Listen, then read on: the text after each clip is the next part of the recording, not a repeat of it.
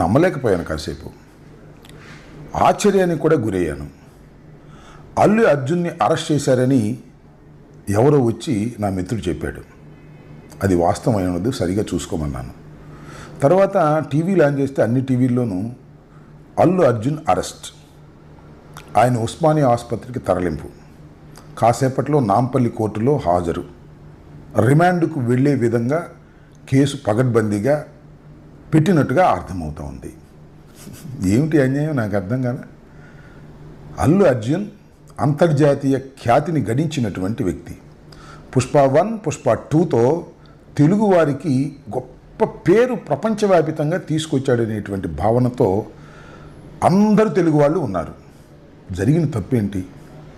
సంధ్యా థియేటర్లో ఆ రోజు సినిమా చూడటానికి ఎప్పటిలాగానే, అంటే తన సినిమా రిలీజ్ అయినప్పుడు కుటుంబంతో సంధ్యా థియేటర్కి వెళ్ళే ఆనవాయితీ ఉన్నటువంటి హీరో అల్లు అర్జున్ ఆ రోజు సినిమాకి వెళ్ళాడు.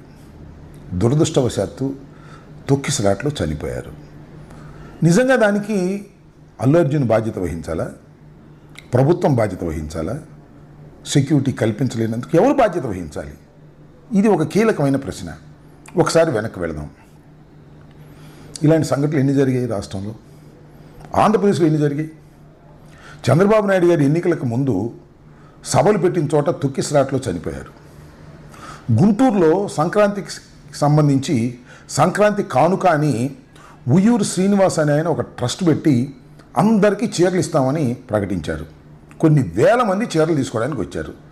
చంద్రబాబు నాయుడు గారు 2 చీరలు పంచి వెళ్ళిపోయాడు. తర్వాత తొక్కిసలాట్లో 3-4 చనిపోయారు. అలాగే దానిపై నెల్లూరు దగ్గర కూడా ఇలాగే ఒక చోట చనిపోయారు. అక్కడ దాకా ఎందుకు? పుష్కరాల్లో చంద్రబాబు నాయుడు గారు ముఖ్యమంత్రిగా ఉన్నప్పుడు 2015 పుష్కరాల్లో, గోదావరి పుష్కరాల్లో సుమారుగా 29 మంది పైచిలకు చనిపోయారు.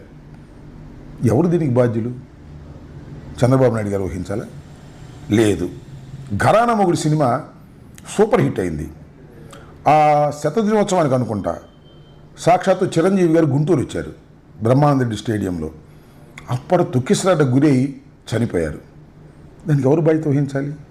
ఎప్పుడైనా ఒక విఐపి కానీ, ఒక ప్రఖ్యాతి చెందినటువంటి వ్యక్తి కానీ వస్తున్నప్పుడు సెక్యూరిటీ కల్పించవలసినటువంటి బాధ్యత ఆ ప్రభుత్వాల మీద ఉంటుంది. అంతే తప్ప అతని మీద ఉండదే. నాకు ఆశ్చర్యం ఇదంతా కూడా. పుష్ప హీరోని ఇవాళ అరెస్ట్ చేసి టీవీలన్నీ అదే వార్తలు. ఇవాళ ఎందుకు అరెస్ట్ చేశారు? అసలు ఎందుకు అరెస్ట్ చేశారు? ఇవి చాలా లోతైన ప్రశ్నలు. ఎందుకంటే ఇవాళ రైతులకు సంబంధించినటువంటి ఉద్యమాన్ని మొత్తం టోటల్గా మా అన్ని జిల్లాల్లోనూ, ఆంధ్రప్రదేశ్లో ఉన్న జిల్లాల్లోనూ అన్నిటి చోట ఉద్యమాలు జరుగుతూ ఉంటే దాన్ని డైవర్ట్ చేయడం కోసం చంద్రబాబు నాయుడు గారు చెప్తే ఆ ప్రభుత్వం అరెస్ట్ చేసిందా అనేటువంటి ఒక ఆలోచన ఉంది పొలిటికల్గా. రెండవది ఏంటంటే, పుష్ప సినిమా ఇంత పెద్దగా హిట్ అయిన తర్వాత అల్లు అర్జున్ని ఏదో ఒక విధంగా భయపెట్టాలని రాజకీయ కుట్ర చేసి వీళ్ళు అరెస్ట్ చేశారా? ఇవన్నీ చాలా చిత్రమైనటువంటి అంశాలుగా కనిపిస్తున్నాయి. అల్లు అర్జున్ సినిమా అద్భుతమైన విజయాన్ని సాధించిన తరువాత ఆయన్ని తెలంగాణ ప్రభుత్వం ఇష్యూస్ని డైవర్ట్ చేయడం కోసం, ఆయన మీద కక్ష తీర్చుకోవడం కోసం ఒక కుట్రపూరితంగా వ్యవహరిస్తుంది అనేది నాకున్నటువంటి అవగాహన మేరకు చెబుతున్నా. ఇది దుర్మార్గం అని కూడా ఈ సందర్భంగా నేను చెప్పదలుచుకున్నా. ఇలాంటి దుర్మార్గాలకు ప్రభుత్వం ఒడిగెడితే ప్రజాస్వామ్యం బతకదు, గుర్తుపెట్టుకోమని మనవి చేస్తున్నా. సరే, ఓకే, అరెస్ట్ చేశారు, రిమాండ్ రాకుండా జైల్లో పెడతారు, ఏమి సాధిస్తారంటున్నా నేను.